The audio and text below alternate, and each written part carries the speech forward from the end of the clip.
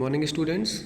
In previous chapter we studied about the electricity or electric current with their chemical effects. Now we learned about the what is static electricity. Electricity which does not flow is called static electricity. For example, when we rub a glass rod with a silk or wool, it contains a positive charge on the rod, due to which it develops a property of attracting tiny bits of dry paper. Now, kinds of electric charges, there are two types of charges. First one is positive and other one is negative respectively. So we studied one experiment to show a transfer of charge. Take a gold leaf electroscope. It consists of a glass bell jar fitted with a cork on its mouth. The glass jar rests on a wood base. Through the cork passes a metal rod inside the jar. Two gold leaves are attached at the lower end of this metal rod. At the upper end of the metal rod, a metal disc is attached. To make the arrangement more sensitive, two strips of tin foils are fixed to the inside of the jar. Near the base, the wooden base is also covered with the tin foil. Now rub a glass rod to a dry piece of silk. It will get positively charged. Place it near the disc of electroscope and touch the both. You will notice that the gold leaves diverge due to the similar positive charge on them. If you remove the glass rod, the rod leaves remain diverged. This means that electroscope is charged by conduction. Now touch the disc of the metal rod with your hand. With your hand, the gold leaves will be discharged and come to their original position. This is showing transfer of charge in a electroscope. Next one is how this happens. This is because the positive charge on the gold leaves flows to the metal rod and then to our hand and finally goes to the earth. And this phenomena is called earthing. Therefore, the two gold leaves have no charge on them and they come to their original position. Next, second topic is equal and opposite charge. When we rub a glass rod with a silk, it acquires a positive charge. Also, we take a ebonite rod, but it's happen in opposite charges. When we ebonite rod is rubbing with a wool, gets negative charge, whereas the wool gets a equal positive charge on them. Next one is charge in atmosphere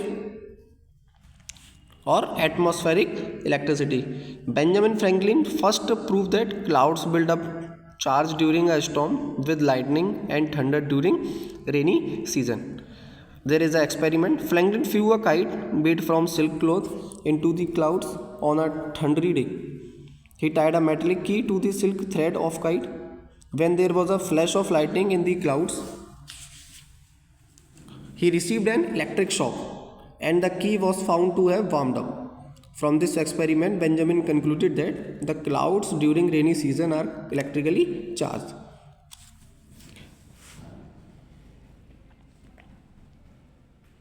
Due to the condensation, the clouds are formed which are charged with static electric charges, may be positive or negative. When two clouds of positive and negative static charge approach each other, the bad conductor air becomes a good conductor of electricity. A charge quantity of electric charges flows rapidly from one cloud to the another through the air. An intense spark of electricity is seen in the sky. Such rapid flow of charge through the air between the two oppositely charged clouds is called electric discharge or lightning. This is a lightning. This is a lightning. Next one is when a charged cloud passes over a tall building or a tree, it includes an opposite charge on them. If the charge built up is large, an electrical discharge in the form of lightning strike. When lightning strikes a building or tree, it can set them on fire. Lightning can burn and cause death of the living beings. The lightning conductor. A lightning conductor consists of long, thick metal rod having a sharp spikes at its upper end. The spikes pointed towards the sky are fixed at the highest point of the building. The lower end of the metal rod is connected to the large copper or aluminium plate, which is buried deep inside the earth. This is called a earthing. Also, you have seen a earthing wire on the roadside of a electric pillar, on electric pillar. When a highly charged cloud passes over the tall building, it induces an opposite charge on the spikes. This charge quickly flows to the earth through the copper rod stack. Do's and don'ts during thunderstorm. What are these? We should take following safety measures during thunderstorm. Don't take shelter under the tree or high building. Switch off your radio and TV. Don't stay in open place. Stay away from the poles or metallic objects. Useful effects of lightning. First one is fixation of atmospheric nitrogen by electric discharge during lightning. Next one is formation of ozone from the atmospheric oxygen. Because electric discharge during lightning result in the formation of ozone from oxygen. Ozone layer in the Earth's atmosphere absorbs ultraviolet radiation coming from the sun and protects the living organism on the earth. Next topic is earthquake. A sudden short-term vibration of the ground which shakes the building apart and causes gaps and fissures to open in the ground is called a earthquake.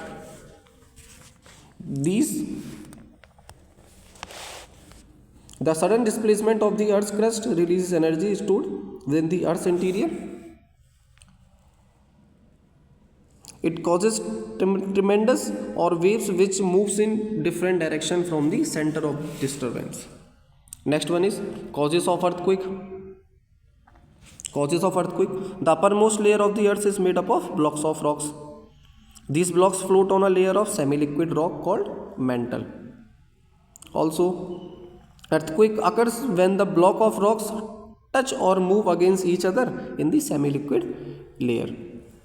And this causes a sudden slipping of position of the earth's crust or tectonic plates relative to each other. This movement causes vibration and volcanic activity as explosive eruption. Following are the main causes of earthquakes. First one is volcanic eruption, folding and faulting, plate tectonic, man-made explosions and dislocation of crust.